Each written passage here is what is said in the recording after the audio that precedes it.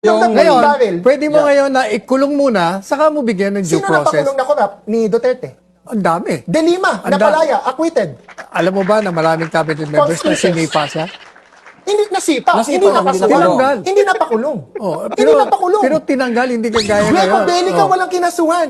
Eric Yap, nilalaglag na ni Manny Pacquiao. Kung Eric Yap, sinabi na ni Manny Pacquiao noon na rat netting involved. President Duterte said, Eric Yap, you're involved.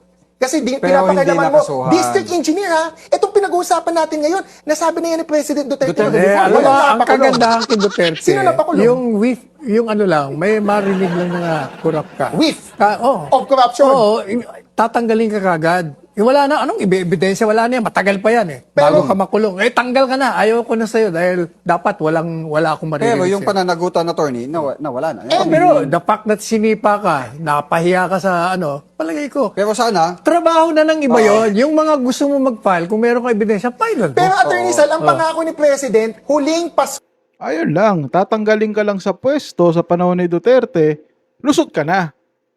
Yung mga ninakaw mo, sa'yo na yun. Kasi tinanggal ka na sa pwesto eh. Ganyan kagaling si Duterte.